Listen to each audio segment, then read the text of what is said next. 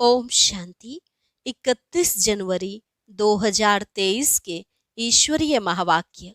पहले सुनते हैं मुरली के मुख्य पॉइंट्स। बाबा ने कहा, तुम कामधेनु के बच्चे, सबकी मनोकामनाएं पूर्ण करने वाले हो। तुम ही भारत माता शक्ति सेना हो। तुम्हारे साथ पांडव भी हैं। अगर तुमको श्री कृष्णपुरी में चलना है तो पवित्र बनो। वहां विष नहीं मिलेगा। वह है ही संपूर्ण निर्विकारी दुनिया।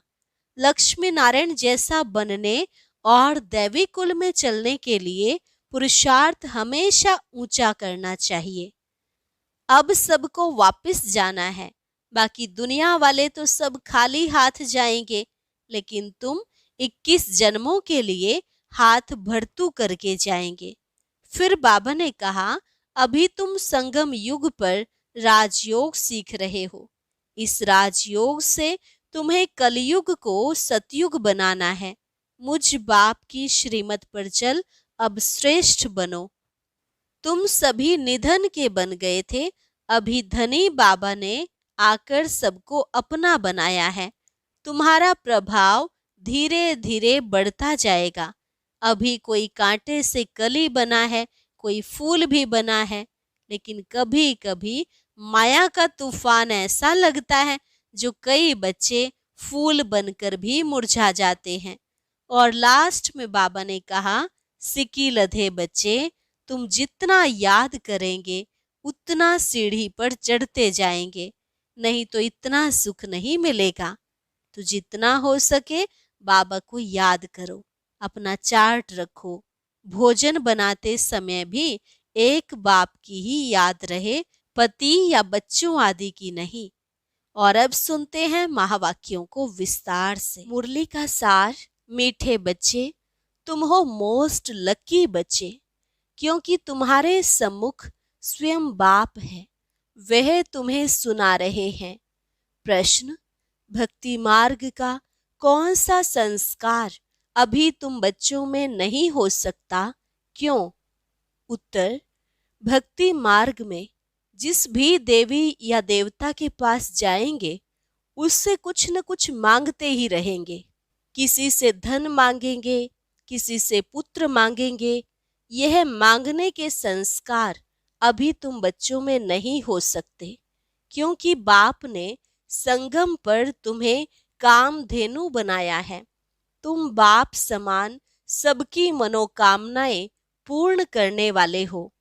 तुम स्वयं के प्रति कोई आशा नहीं रख सकते। तुम जानते हो, फल देने वाला एक ही दाता बाप है, जिसे याद करने से सब प्राप्तियां हो जाती हैं। इसलिए मांगने के संस्कार समाप्त हो जाते हैं। गीत। ओम नमो शिवाय। ओम शांति। भगवानुवाच। अब अच्छी रीति समझकर फिर समझाने के लिए एक गीता शास्त्र ही है। शास्त्र तो बनाया है मनुष्यों ने, परंतु राजयोग मनुष्य नहीं सिखाते। बाप कहते हैं, मैंने ही 5000 वर्ष पहले भी तुम भारतवासी सिकीलधे बच्चों को राजयोग सिखाया था। सिकीलधे का अर्थ तो समझाया है कि तुम ही पूरे 84 जन्म लेकर फिर आए मिले हो। 5000 वर्ष पहले भी तुम मिले थे और तुम आकर ब्रह्मा मुख वंशावली अर्थात ब्राह्मण ब्राह्मणी बने थे। बाप डायरेक्ट बोलते हैं। वह गीता पाठी आदि यह बातें नहीं करेंगे। बाप डायरेक्ट समझा कर गए थे, फिर भक्ति मार्ग से शास्त्र बनाते हैं। अब ड्रामा पूरा होता है। फिर बाप आया है। कहते हैं बच्चों को, कौन से बच्चे? कहते हैं खास तुम और आम सारी दुनिया। तुम अभी सम्मुख हो। तुमको बैठ बाबा ने अपना परिचय दिया है। यह राजयोग तुमको और कोई सिखला न सके। बाप ने ही पहले योग सिखलाया था, अब सिखला रहे हैं, जिससे तुम फिर राजाओं का राजा बनेंगे और कोई स्वर्ग का मालिक बना न सके। मैं तुम्हारा बाप आया हूं फिर से तुमको राजयोग सिखलाने। अच्छा, अब बाबा तुमको झाड़ पर समझाते हैं। यह समझाने भी बहुत जरूरी है। इनको कल्प वृक्ष कहा जाता है। बाप कहते हैं, यह मनुष्य सृष्टि रूपी झाड़ कल्प वृक्ष है। वह गीता सुनाने वाले कहेंगे, भगवान ने यह कहा था, और तुम कहेंगे, भगवान कह रहा है। यह है मनुष्य सृष्टि का झाड़। इसमें कोई फल फ्रूट आम आदि नहीं है। उस फल फ्रूट का झाड़ जो होता है, उनका बीज नीचे, झाड़ ऊपर में होता है। इनका बीज ऊपर और झाड़ नीचे है। कहते भी हैं, ईश्वर ने हमको पैदा किया है, अर्थात बाप ने बच्चे दिए हैं, बाप ने धन दिया है। बाबा, आप हमारे सब दुख दूर करो, बाबा बाबा कहते रहते हैं। लक्ष्मी नारायण के आगे जाते हैं, उनसे भी मांगते हैं, महालक्ष्मी हमको धन दो। ये सब मांगने के संस्कार हैं। जगत अम्बा से कोई पुत्र मांगेंगे तो कोई कहेंगे हमारी बीमारी दूर करो। लक्ष्मी के आगे ऐसी आशाएं नहीं रखेंगे, उनसे सिर्फ धन मांगते हैं। यह तो तुम जानते हो, जगत अम्बा सो लक्ष्मी, सो फिर 84 जन्मों का चक्र लगाकर फिर जगत अम्बा बनती है। झाड़ में देखो, जगत अम्बा बैठी है, यही फिर महारानी बनेगी जरूर। तुम बच्चे भी राजधानी में आएंगे। तुम कल्प वृक्ष के नीचे बैठे हो, संगम पर फाउंडेशन लगा रहे हो। कामधेनु के तुम बच्चे ही सबकी मनोकामना पूर्ण करने वाले हो। तुम भारत माता शक्ति सेना हो। इसमें पांडव भी हैं। बच्चों को समझाया गया है कि याद एक बाप को ही करना है, देने वाला एक बाप है। भले तुम किसकी भी भक्ति करो, किसको भी याद करो, परंतु फल देने वाला फिर भी एक ही दाता है, वही सब कुछ देता है। भक्ति मार्ग में तुम श्री नारायण की, श्री कृष्ण की पूजा करते हो, कृष्ण को झुलाते भी हो, प्यार करते हो। उनसे तुम क्या मांगेंगे? तुम चाहते हो हम उनकी राजधानी में जाएं, अथवा हमको श्री कृष्ण जैसा बच्चा मिले। गाते हैं, भजो राधे गोविंद चलो वृंदावन। जहां राज्य भाग्य करते थे बैकुंठ में, उस समय कोई भी अप्राप्ति नहीं होती। श्री कृष्ण के राज्य को याद तो बहुत करते हैं। भारत में जब कृष्ण का राज्य था तो और कोई का राज्य नहीं था। अब बाप आए हैं, कहते हैं चलो कृष्णपुरी में, चलकर श्री कृष्ण की पत्नी बनो या राधे का पति बनो, बात एक ही है। वहां विष नहीं मिलेगा, वह है ही संपूर्ण निर्विकारी दुनिया।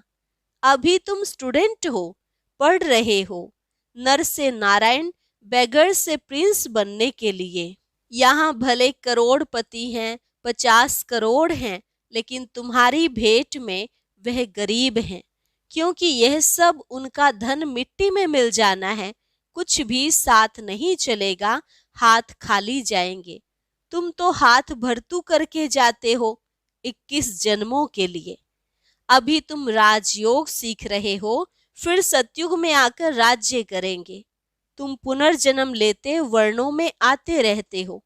सतयुग में है 16 कला, त्रेता में है 14 कला, फिर भक्ति मार्ग शुरू होता है। फिर इब्राहिम बुद्ध आते हैं।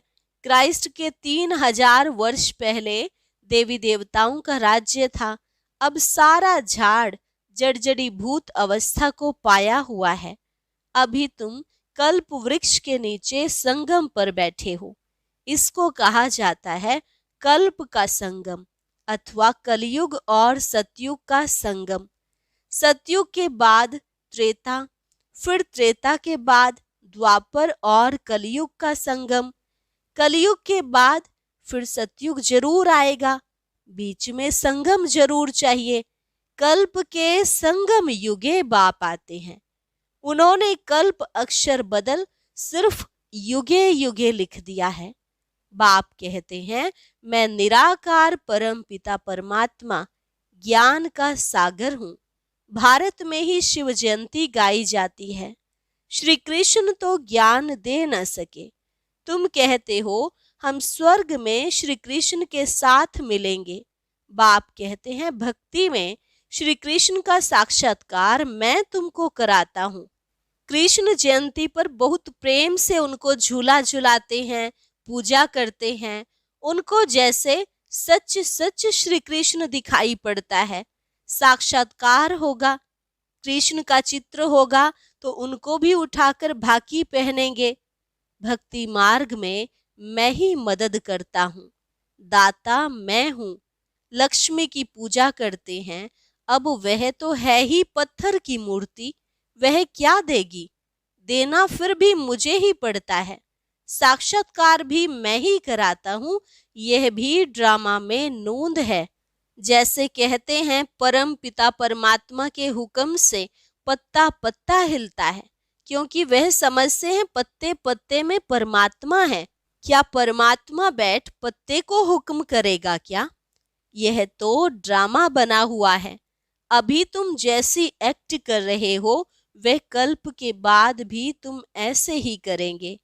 जो कुछ शूटिंग में शूट हुआ वही चलेगा, उसमें कुछ फर्क नहीं पड़ सकता। ड्रामा को भी अच्छी रीति समझना है। बाप समझाते हैं बेहद का सुख कल्प कल्प भारत को ही मिलता है, परंतु जो ब्राह्मण बनते हैं वही वर्णों में आते हैं, 84 जन्म लेते हैं, फिर औरों के जन्म नंबरवार कम होते जाएंगे। कितने छोटे छोटे मठ पंथ हैं, भले उनों की महिमा है क्योंकि पवित्र हैं। स्वर्ग का रचयिता तो है बाप, और कोई मनुष्य थोड़े ही स्वर्ग रचेगा। फिर राजयोग भी कोई सिखलावे। अभी तुम श्री कृष्णपुरी में जाने के लिए राजयोग सीख रहे हो। पुरुषार्थ हमेशा ऊंचा करना चाहिए। तुम कहते हो श्री कृष्ण जैसा बच्चा मिले, श्री कृष्ण जैसा पति मिले। श्री कृष्ण ही श्री नारायण बनता है, फिर श्री कृष्ण जैसा क्यों कहते? तुमको तो कहना चाहिए नारायण जैसा पति मिले। नारद ने भी कहा हम लक्ष्मी को वरें, राधे के लिए नहीं कहा। बाप समझाते हैं तुमको कृष्णपुरी में चलना है तो खूब पुरुषार्थ करो। वह है श्री कृष्ण का दैवी कुल, कंस का है आसुरी कुल। तुम अभी हो संगम पर। शूद्र संप्रदाय तो ब्राह्मण ब्राह्मणी कहला न सके। जो ब्राह्मण न कहलाए वह शूद्र वर्ण के हैं। भारत की ही बात है, भारत ही स्वर्ग बनता फिर भारत ही नरक बन जाता है। लक्ष्मी नारायण को भी 84 जन्म ले रजो तमो में आना ही है, जबकि वह भी चक्र में आते हैं तो बुद्ध आदि वापिस निर्वाण धाम में कैसे जा सकते? कोई तो कह देते कृष्ण सर्वव्यापी है, जिधर देखो कृष्ण ही कृष्ण है। राम के भक्त कहेंगे राम सर्वव्यापी है, वे कृष्ण को नहीं मानेंगे। बाबा के पास एक राधा पंथी आया था, कहता था राधे ही राधे, राधे हाजिरा हजूर है, तेरे में मेरे में राधे ही राधे है। गणेश का पुजारी होगा, तेरे में मेरे में गणेश ही गणेश है। क्रिश्चियन फिर कहते क्राइस्ट गॉड का सन बच्चा है। अरे क्राइस्ट सन था तो तुम किसके सन हो? अनेक मत मतांतर हैं, रास्ता कोई को भी नहीं मिलता, सिर्फ माथा टेकते भटकते रहते हैं। मुक्ति और जीवन मुक्ति भगवान ही देंगे ना, उनसे हम क्या मांगे कोई को पता ही नहीं। बाप को न जानने कारण निधन के बन गए हैं, फिर धनी आकर धन का बनाते हैं। मनुष्य कितने धक्के खाते हैं, समझते हैं भक्ति से भगवान मिलेगा। बाप कहते हैं मैं आता ही हूँ अपने समय पर, भले कोई कितना भी पुकारे, परंतु मैं आता हूँ संगम पर। एक ही बार भारत को स्वर्ग बनाए सबको शांति में भेज देता हूँ। फिर नंबरवार अपने अपने समय पर आते हैं। जो देवी देवता थे वह भी सब आत्माएं बैठी हुई हैं, फिर से अपना राज्य भाग्य ले रहे हैं। अभी तो देवी देवता धर्म ही नहीं है, सब अपने को हिंदू कहलाने लग पड़े हैं। ड्रामा अनुसार फिर भी ऐसा होगा, जो कुछ हो चुका है वह फिर रिपीट होगा। फिर ऐसे हम चक्र में आएंगे, इतने जन्म लेंगे, हिसाब निकालो। हर एक धर्म वाले पीछे कितने जन्म लेंगे। झाड़ पर समझाना बहुत सहज है, आपे ही मनुष्यों को टच होगा कि कोई की प्रेरणा से यह विनाश ज्वाला की तैयारी हो रही है। यूरोपवासी यादव बॉम्ब्स बनाते हैं, वह भी कहते हैं हमको कोई प्रेरणा देने वाला है। हम जानते हैं कि इससे हम अपने ही कुल का विनाश करते हैं, न चाहते हुए भी यह मौत का सामान बनाते हैं। धीरे धीरे प्रभाव पड़ेगा, धीरे धीरे झाड़ बढ़ता है ना, जैसे कांटे से कली कोई फूल बनते हैं। कोई कोई फूलों को भी तूफान लगता है तो मुरझा जाते हैं। बाबा ने कल्प कल्प कहा था, आश्चर्यवत सुनंती कथंती। अब फिर बाबा खुद कह रहे हैं, हमारे पास आवंती ब्रह्मा कुमार कुमारी बनंती कथंती, फिर भी अहो मम माया अच्छे अच्छे बच्चों को खावंती, अर्थात खा गई। आगे चलकर देखना कैसे अच्छे अच्छे बच्चे भी खत्म हो जाते हैं। जो पास्ट हो गया सो फिर अब प्रेजेंट में बाप समझाते हैं। फिर भक्ति मार्ग में शास्त्र बनाएंगे। यह ड्रामा ऐसा बना हुआ है। अब बाप आकर ब्रह्मा द्वारा सभी वेदों शास्त्रों का सार समझा रहे हैं। जो धर्म स्थापन करते हैं उनके नाम पर ही शास्त्र बनाते हैं, उनको धर्म शास्त्र कहा जाता है। देवी देवता धर्म का शास्त्र एक ही गीता है। हर एक धर्म का एक शास्त्र होना चाहिए। श्रीमद् भगवत गीता ठीक है, भगवानुवाच है। भगवान ने आदि सनातन देवी देवता धर्म की स्थापना की थी। यह है सबसे प्राचीन धर्म। हर एक धर्म का अपना अपना शास्त्र है और पढ़ते रहते हैं। अभी तुम देवता बनते हो, लेकिन तुमको शास्त्र पढ़ने की दरकार नहीं। वहां शास्त्र होता ही नहीं, ये सब खत्म हो जाएंगे। फिर गीता कहाँ से आई? द्वापर में बैठ मनुष्यों ने बनाई। जो गीता अभी है, फिर भी वही गीता खोजकर निकालेंगे। जैसे कल्प पहले बनाई है, वैसे फिर ये शास्त्र बनेंगे। भक्ति मार्ग की सामग्री बनती ही जाएगी। बाप समझाते हैं, सिकी लधे बच्चे, मुझ बाप की श्रीमत पर चल, श्रेष्ठ बनो। तुम अभी संगम युग पर राजयोग सीख रहे हो, जबकि कलयुग को सतयुग बनाना है। उन्होंने कल्प की आयु लंबी बताए सभी को घोर अंधियारे में डाल दिया है। मनुष्य तो मुझे हुए हैं। ड्रामानुसार तुम बच्चों को ही बेहद के बाप से वर्षा लेना है। बाबा ने बहुत युक्तियां बताई हैं। सिर्फ बाबा को याद करो, चार्ट रखो। भोजन बनाने समय भी याद करो। भोजन बनाने समय पति बच्चा याद पड़ता है तो शिव बाबा क्यों नहीं पढ़ सकता? यह तुम्हारा काम है।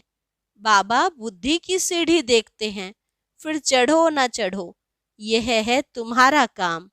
जितना याद करेंगे उतनी सीढ़ी चढ़ते जाएंगे, नहीं तो इतना सुख नहीं मिलेगा। अच्छा, मीठे मीठे सिकिलधे अर्थात 5000 वर्ष के बाद फिर आए मिले हुए बच्चों को नंबरवार पुरुषार्थ अनुसार माता पिता बाप दादा का याद प्यार और गुड मॉर्निंग। मीठे मीठे रूहानी बाप का रूहानी बच्चों को नमस्ते। रूहानी बच्चों की रूहानी बाप दादा को नमस्ते नमस्ते, गुड मॉर्निंग। धारणा के लिए मुख्य सार। पहली पॉइंट, कृष्णपुरी में चलने के लिए पुरुषार्थ बहुत अच्छा करना है। शूद्रपन के संस्कारों को परिवर्तन कर पक्का ब्राह्मण बनना है। दूसरी पॉइंट, बुद्धि बल से याद की सीढ़ी पर चढ़ना है। सीढ़ी चढ़ने से ही अपार सुख का अनुभव होगा। वरदान, अटेंशन और चेकिंग की विधि द्वारा व्यर्थ के खाते को समाप्त करने वाले मास्टर सर्वशक्तिमान भव। अटेंशन और चेकिंग की विधि द्वारा व्यर्थ के खाते को समाप्त करने वाले मास्टर सर्वशक्तिमान भव। ब्राह्मण जीवन में व्यर्थ संकल्प, व्यर्थ बोल, व्यर्थ कर्म, बहुत समय व्यर्थ गंवा देते हैं। जितनी कमाई करना चाहो उतनी नहीं कर सकते। व्यर्थ का खाता समर्थ बनने नहीं देता। इसलिए सदा स्मृति में रहो कि मैं मास्टर सर्वशक्तिमान हूँ। शक्ति है तो जो चाहे वो कर सकते हैं। सिर्फ बार बार अटेंशन दो। जैसे क्लास के समय वो अमृत वेले की याद के समय अटेंशन देते हो, ऐसे बीच बीच में भी अटेंशन और चेकिंग की विधि अपना लो तो व्यर्थ का खाता समाप्त हो जाएगा। स्लोगन: राज ऋषि बनना है तो ब्राह्मण आत्माओं की दुआओं से अपनी स्थिति को निर्विघ्न बनाओ। राज ऋषि बनना है तो ब्राह्मण आत्माओं की दुआओं से अपनी स्थिति को निर्विघ्न बनाओ। अच्छा, अब सुनते हैं आज का अव्यक्त ज्ञान मोती। ये एक बहुत संस्कारितापूर्ण वीडियो है, जरूर देखें, कोई भी मिस ना करे।